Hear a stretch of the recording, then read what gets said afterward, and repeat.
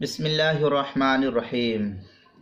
کیا رمضان المبارک کے اندر وتر کی نماز کو جماعت کے ساتھ پڑھنا افضل ہے؟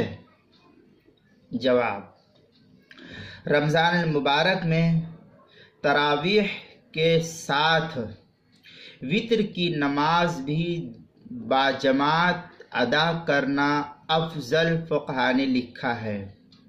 اس لیے تراویح کے بعد وتر کی نماز کو جماعت کے ساتھ پڑھنا چاہیے۔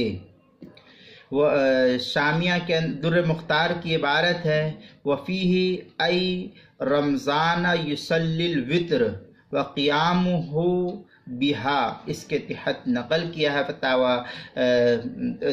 فتاوی شامی کے اندر، جو زکریا بک ڈپو کا چھپا ہوا اس کی دوسری جلد 501 صفحے پر، کراچی کا جو نسخہ ہے اس کی دوسری جلد 437 صفحے پر، اردو کتاب میں کتاب المسائل کے اندر بھی اس کو نقل کیا ہے، پہلی جلد 524 صفحے پر۔